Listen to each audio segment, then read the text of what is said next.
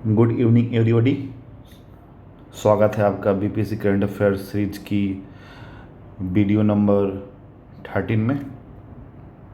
ये जुलाई मंथ का last video है। इसमें टोटल 31 करंट अफेयर्स है और इससे पहले जहाँ तक मुझे याद है 241 करवाया और ये 31 टोटल 276 हो जाएंगे। तो जुलाई, अगस्त एंड सितंबर इन तीनों को मिला के मैंने अराउंड 275 करंट अफेयर्स बनाए हैं और मुझे लगता है कि इसमें से अगर सब कुछ अच्छा रहा तो इन 3 महीनों से 10 से 12 करंट अफेयर्स आ जाएंगे, ठीक ना। और चूँकि ये जुलाई मंथ का लास्ट वीडियो है और अगस्त और सितंबर पहले ही हो चुका है, तो मैंने इसी वीडियो के डिस्क्रिप्शन बॉक्स में जो सब मिला के टोटल 270 करंट अफेयर्स है उसका पीडीएफ इसी वीडियो के डिस्क्रिप्शन बॉक्स में उसका लिंक मैंने मेंशन कर दिया है। आप लोग वहाँ से डाउनलोड कर सकते हैं और बाद में रिवीजन कर सकते हैं। बहुत इंपॉर्टेंट है ये 3 महीने। इन 3 महीनों से ईजिली 10 से 12 करंट अफेयर्स तो आ ही जाएंगे, जहाँ तक मुझे लगता है। बाकी होने को तो कुछ भी हो सकता है। तो चलिए शुरू करते हैं। सबसे पहला करंट अफेयर्स, केरला के बाद महाराष्ट्र केरला के बाद मेघालय ऐसा दूसरा राज्य बन गया है, मेघालय, जिसने अपना government run OTT platform launch किया है और इसका नाम रखा गया है हेलो मेघालय। हेलो मेघालय या फिर हेलो मेघालय। और इसका मेन मकसद है कि स्टेट के जो भी यूथ कंटेंट क्रिएटर्स हैं वो अपने डिजिटल कंटेंट्स को इस प्लेटफॉर्म पे अपलोड करके अपने कंटेंट को मोनेटाइज कर सकें। तो पहला स्टेट केरला था, अब मेघालय बन गया जिसने अपना ओटीटी प्लेटफॉर्म लॉन्च किया है। लेकिन अगर इसकी बात हो कि ऐसा कौन सा स्टेट है जिसने अपना ओटीटी प्लेटफॉर्म यूथ के कंटेंट्स को मोनेटाइज करने के लिए किया है, तो उसका आंसर बस मेघालय होगा, ठीक ना। अगला करंट अफेयर, हमारे प्रधानमंत्री नरेंद्र मोदी ने हाल ही में यूनेस्को वर्ल्ड हेरिटेज सेंटर को $1 मिलियन सहायता राशि देने की बात कही है। और ये क्यों दिया जाएगा? To provide support for heritage conservation in countries, खास करके वैसे कंट्री जो ग्लोबल साउथ का हिस्सा है। ग्लोबल साउथ एक कलेक्टिव टर्म हम बोल सकते हैं जो वर्ल्ड की अंडर डेवलप्ड और डेवलपिंग कंट्रीज के लिए, उसके लिए हम लोग ग्लोबल साउथ टर्म का यूज करते हैं। तो वैसे कंट्री में जहाँ ऐसी किसी कंट्री में अगर कोई इम्पोर्टेंट धरोहर है उसको सेफगार्ड करने के लिए, उसको कंजर्व करने के लिए भारत सरकार ने $1 मिलियन की सहायता राशि दी है। और ये घोषणा हुआ था भी हाल ही में। आपको पता है कि न्यू दिल्ली में वर्ल्ड हेरिटेज कमेटी का 46 सेशन चल रहा था, उसी में घोषणा हुई थी। और हाँ, उसी वर्ल्ड हेरिटेज कमेटी में एक और बात हुई। इंडिया और यूनाइटेड स्टेट्स ने अपना first ever cultural property agreement sign किया है, ठीक ना। और ये एग्रीमेंट किस लिए साइन किया गया? इसका मेन एम है कि अमेरिका में जो खास करके इंडियन एंटीक्विटीज़ है उनका स्मगलिंग होता है या फिर इलिसिट ट्रैफिकिंग होता है, उसको रोका जा सके। नेक्स्ट करंट अफेयर, हाल ही में इंटरनेशनल ओलंपिक कमेटी ने घोषणा की है कि first ever Olympic e sports game organise किए जाएंगे 2025 में। और ये कहाँ होगा? किंगडम ऑफ सऊदी अरेबिया में। सऊदी अरब में वर्ल्ड का first ever Olympic e sports games होगा। इसका मतलब यही कि वर्ल्ड के जो भी बहुत ही पॉपुलर वीडियो गेम्स हैं और जो भी गेमर्स हैं उनके बीच में कंपटीशन होगा। जैसे लोग फीफा खेलेंगे, ये सब खेलेंगे। तो ये वर्ल्ड का first ever Olympic e sports games kingdom of Saudi Arabia में होगा 2025 में। और ये भी इंटरनेशनल ओलंपिक कमेटी ही करवाएगी, ठीक है। हाल ही में एक बुक रिलीज़ किया गया है, चूँकि अभी हाल ही में रतन टाटा की मृत्यु हुई है, तो उनकी मृत्यु के बाद ये और इम्पोर्टेंट बन गया है इस बुक का नाम। इस बुक का नाम है Tata powerful learnings for corporate success. और इस बुक को लिखा है आर गोपाल कृष्णन और हरीश भट्ट ने। ये तो बहुत न्यूज में रहा था। इंडियन हॉकी गोलकीपर, अब बोल सकते हैं x Indian hockey goalkeeper PR Sreejesh ने ओलंपिक 2024 में ब्रॉन्ज मेडल जीतने के बाद इंटरनेशनल हॉकी से संन्यास ले लिया है। चाइना ने वर्ल्ड की फर्स्ट पैसेंजर ट्रेन एक ऐसी पैसेंजर ट्रेन बिल्ड की है जो कि कार्बन फाइबर से बनी हुई है, और इस वजह से ये ट्रेन काफ़ी हल्की हो गई है, काफ़ी एनर्जी एफिशिएंट हो गई है, और जो भी हमारे कन्वेंशनल ट्रेन है उसके मुकाबले। और इस ट्रेन का नाम है सेट्रोवो 1.0, और इसको बोल सकते हैं the carbon star rapid transit. और ये वहाँ सैंडोंग नाम का एक प्रोविंस है, वहीं उस ट्रेन को लॉन्च किया गया है। ठीक ना। फिर से एक और न्यूज़ इंडियन ओलंपिक कमेटी से संबंधित ही, इनफैक्ट अभी 3-4 न्यूज़ वही आएगा। इंडियन ओलंपिक कमेटी ने भारत के एक्स ओलंपियन अभिनव बिंद्रा, जो कि इंडिया के first individual Olympic gold medallist हैं, इनफैक्ट अभी तक इंडिया में 2 ही इंडिविजुअल ओलंपिक गोल्ड मेडलिस्ट हुए हैं, एक अभिनव बिंद्रा और दूसरा हमारे नीरज चोपड़ा। तो उनको इंटरनेशनल ओलंपिक कमेटी ने ओलंपिक ऑर्डर से सम्मानित किया है। अब ओलंपिक ऑर्डर क्या है?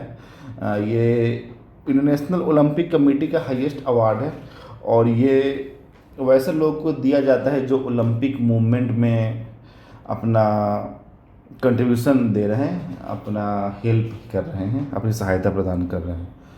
आपको पता होना चाहिए कि अभिनव बिंद्रा ने 2008 के बीजिंग ओलंपिक्स में भारत के लिए स्वर्ण पदक जीता था, और ये इंडिया के पहले इंडिविजुअल ओलंपिक गोल्ड मेडलिस्ट हैं। अगला फिर से ओलंपिक से संबंधित ही है।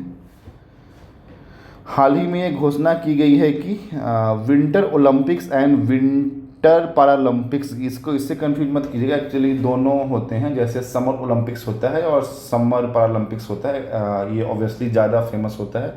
उसी तरह से विंटर ओलंपिक्स होते हैं और विंटर पैरालंपिक्स होते हैं। तो ये घोषणा की गई कि 2034 में जो winter Olympics and winter Paralympics होंगे वो यूनाइटेड स्टेट्स ऑफ अमेरिका के उटा स्टेट के साल्ट लेक सिटी में आयोजित होंगे। ठीक ना। और ये साथ में ये भी खैर 2034 से दूर है, आपको ये भी पता होना चाहिए कि इसके साथ जो 2030 का जो विंटर गेम्स होगा, जो विंटर ओलंपिक्स होगा एंड विंटर पैरालंपिक्स होगा, ये फ्रांस के फ्रेंच आल्प्स में होगा। ठीक ना। और इसके साथ साथ आप ये भी जान लीजिए कि 2026 का जो विंटर पैरालंपिक्स होगा इटली में होगा। ठीक ना। शहर का नाम मैं भूल रहा हूँ, मिलानो करके कुछ शहर है, तो अब देख लीजिएगा, ये इंपॉर्टेंट है क्योंकि 2 साल बाद ही होने वाला है। ठीक ना। फिर से ओलंपिक से संबंधित ही खबर है। नीता अंबानी को इंटरनेशनल ओलंपिक कमेटी के मेंबर के रूप में नियुक्त किया गया है। हर कंट्री का एक कोटा होता है, तो इंडियन कोटा से नीता अंबानी को इंटरनेशनल ओलंपिक कमेटी का मेंबर नियुक्त किया गया है। ये आप इससे कन्फ्यूज मत कीजिए कि जैसे अभी इंडियन ओलंपिक एसोसिएशन जो है IOA, उनकी जो अध्यक्ष हैं वो PT उषा हैं, तो ऐसा मत समझिए कि दोनों बिल्कुल अलग अलग पद हैं। ये इंटरनेशनल ओलंपिक कमेटी में इंडिया के रिप्रेजेंटेटिव के रूप में वर्क करेंगी, और जबकि PT Usha Indian Olympic association की अध्यक्ष हैं। ठीक है। ये उतना इम्पोर्टेंट नहीं, बट फिर भी ठीक है। हरमनप्रीत कौर हाल ही में विमेंस T20 क्रिकेट में इंडिया के लिए सबसे ज़्यादा रन स्कोर करने वाली खिलाड़ी बन गई है, स्मृति मंधाना को पीछे छोड़ के। ये इम्पोर्टेंट है। ठीक ना। हेनली पासपोर्ट इंडेक्स 2024 रिलीज़ किया गया है, और इसमें इंडिया की रैंकिंग 82nd है, और इसमें ये बोला गया है कि अभी इंडियन पासपोर्ट पे आप 58 कंट्रीज़ में वीज़ा फ्री ट्रैवल कर सकते हैं, जो कि ऑब्वियसली काफ़ी लो नंबर है। ऐसा तो 58 सुनने में बहुत ज़्यादा लगता है, लेकिन आपको ये जानकर आश्चर्य होगा कि जो लिस्ट में नंबर 1 पर जो कंट्री रही है, सिंगापुर बहुत साल से नंबर 1 पर रह रही है। अगर आप एक सिंगापुर के सिटीजन हैं तो आप वर्ल्ड की 195 कंट्रीज़ में वीज़ा फ्री ये मतलब यात्रा कर सकते हैं, ट्रैवल कर सकते हैं। तो ये ठीक है, इंडिया का रैंक ऑलमोस्ट बीच में है, 82nd, 82। बॉलीवुड सुपरस्टार शाहरुख खान को के ऑनर में एक पेरिस में म्यूजियम है जिसका नाम है ग्रेविन म्यूजियम। हाँ, उनके ऑनर में उस म्यूजियम में कस्टमाइज गोल्ड कॉइन लॉन्च किया गया है, ठीक ना। और ये पहले ऐसे इंडियन एक्टर हैं जिनके ऑनर में म्यूजियम ने गोल्ड कॉइन लॉन्च किया हो। और ये तो एक्स्ट्रा इंफॉर्मेशन है उस म्यूजियम के बारे में, ठीक ना। अभी हाल ही में फूड एंड एग्रीकल्चर ऑर्गेनाइजेशन की एक रिपोर्ट आई है।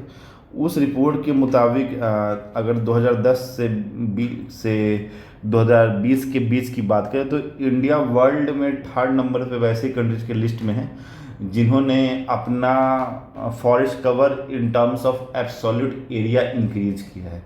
पहले नंबर पे इस लिस्ट में चाइना है और दूसरे नंबर पे ऑस्ट्रेलिया है और तीसरे नंबर पे इंडिया है। यहाँ पर हम परसेंटेज इंक्रीज की बात नहीं कर रहे, यहाँ पर हम एब्सोल्यूट एरिया इंक्रीज की बात कर रहे हैं, ठीक ना। तो जैसे इंडिया ने 2,66,000 हेक्टेयर नया फॉरेस्ट एरिया गेन किया है 2010 से लेकर 2020 के बीच में, ठीक ना। अभी हाल ही में इज़राइल की जो संसद है, जो इज़राइल की जो पार्लियामेंट है, उसने एक बिल को अप्रूव किया है। और भी उस बिल के हिसाब से उसने क्या किया है कि उसने जो United Nations relief organisation for Palestinians की जो बॉडी है जिसका पूरा नाम है United Nations relief and works agency for Palestinian refugees, उसको इसने एक टेररिस्ट ऑर्गेनाइजेशन घोषित कर दिया है। और साथ ही इसने ये भी घोषणा की है कि इस बॉडी से अपने सारे रिश्ते ख़त्म कर लेगी, अपने सारे रिलेशंस को ब्रेक कर देगी।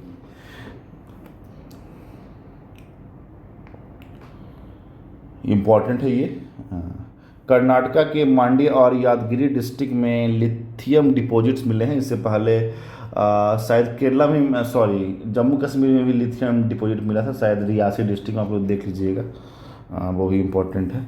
तो उसके बाद अभी कर्नाटका के मांड्या और यादगिरी डिस्ट्रिक्ट में लिथियम डिपॉजिट मिला है। लिथियम बेसिकली क्या इसमें लिखा हुआ है। और ये लिथियम को माइंस एंड मिनरल्स एक्ट 2023 के अंदर इसको क्रिटिकल एंड स्ट्रेटेजिक मिनरल्स की श्रेणी में रखा गया है। भारत की राष्ट्रपति द्रौपदी मुर्मू ने हाल ही में राष्ट्रपति भवन के 2 हॉल का नाम चेंज कर दिया है।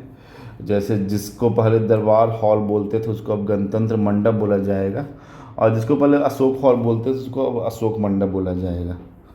इसके पीछे का लॉजिक ये है कि हम लोग को सब चीज़ों को डिकोलाइज करना है, लेकिन शायद हो नहीं पा रहा है। ये इम्पॉर्टेंट है। हाँ, union minister for information and broadcasting Ashwini Vaishnaw ने हाल ही में देश के 500वें कम्युनिटी रेडियो स्टेशन जिसका नाम है अपना रेडियो 90.0 FM, और ये कहाँ अवस्थित है, ये Indian institute of mass communication Aizawl Mizoram में सिचुएटेड है। ये पूरे कंट्री का 500वां कम्युनिटी रेडियो स्टेशन बन गया है। तो इसका अभी हाल ही में अश्विनी वैष्णव ने उद्घाटन किया है। और साथ ही उन्होंने इसी अवसर पे 10वें नेशनल कम्युनिटी रेडियो अवार्ड्स की घोषणा की। उसमें तो बहुत सारे अवार्ड्स मिले थे, लेकिन बिहार से जो संबंधित जो 2 अवार्ड्स थे मैंने उसको मेंशन कर दिया है। पहला अवार्ड मिला है थीमेटिक अवार्ड कैटेगरी में सारण डिस्ट्रिक्ट के रेडियो मयूर को, और ये इसको इस श्रेणी में फर्स्ट प्राइज मिला है, और ये मिला है इसके शो टेक सखी के लिए, ठीक ना। और उसी तरह से एक और कैटेगरी है जिसका नाम है promoting local culture award category, उसमें भागलपुर के रेडियो एक्टिव को 3rd प्राइज मिला है इसके अपने शो अंग प्रदेश की अद्भुत धरोहर के लिए। हाल ही में इंडियन आर्मी के एक कंटिजेंट ने मिलिट्री एक्सरसाइज खान क्वेस्ट के 21st एडिशन में पार्टिसिपेट किया है, जो कि हुआ था मंगोलिया में। ये एक मल्टीनेशनल पीस कीपिंग एक्सरसाइज है। जवाहरलाल पोर्ट अथॉरिटी जो कि मुंबई में है is set to develop India first integrated agricultural export facility है जवाहरलाल नेहरू पोर्ट इन मुंबई। ठीक है, उतना इम्पोर्टेंट नहीं पता मैंने क्यों लिख दिया था। डिपार्टमेंट ऑफ पोस्ट ने हाल ही में कारगिल विजय दिवस के 25 वर्ष होने पे इसने हाल ही में एक कोमेमोरेटिव पोस्टेज स्टैम्प लॉन्च किया है। और क्योंकि अभी हाल ही में कारगिल विजय दिवस के 25 साल हुए हैं। आप लोग को पता होगा कि कारगिल विजय दिवस आई थिंक 26 जुलाई, हाँ 26 जुलाई को हर साल सेलिब्रेट होता है। अगर मैंने डेट गलत बोल दिया तो चेक कर लीजिएगा।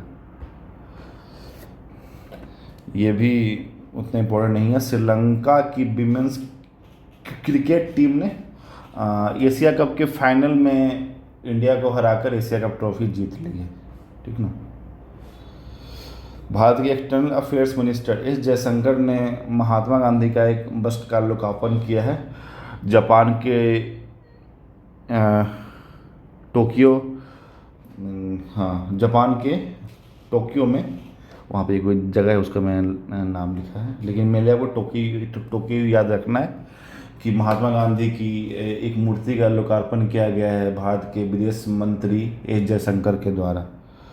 और अभी वहाँ पे हमारे विदेश मंत्री एस जयशंकर जो थे वो क्वाड मीटिंग में भाग लेने के लिए गए थे। क्वाड के फॉरेन मिनिस्टर्स की मीटिंग थी।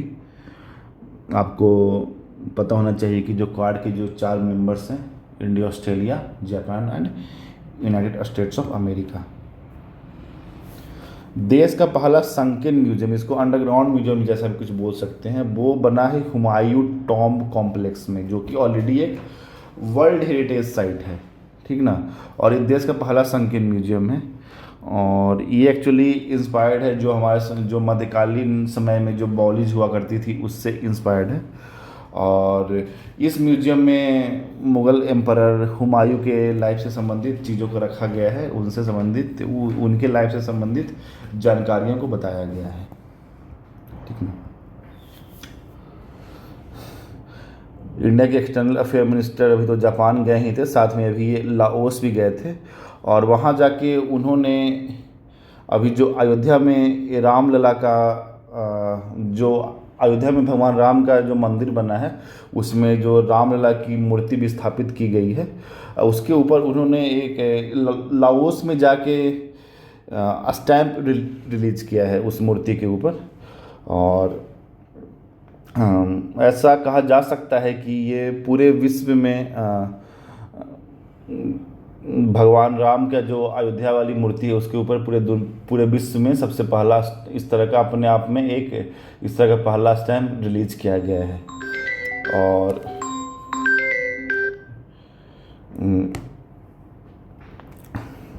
और उन्होंने साथ में एक और स्टैम्प वहाँ रिलीज किया है जिसमें भगवान बुद्ध की फ़ोटो है।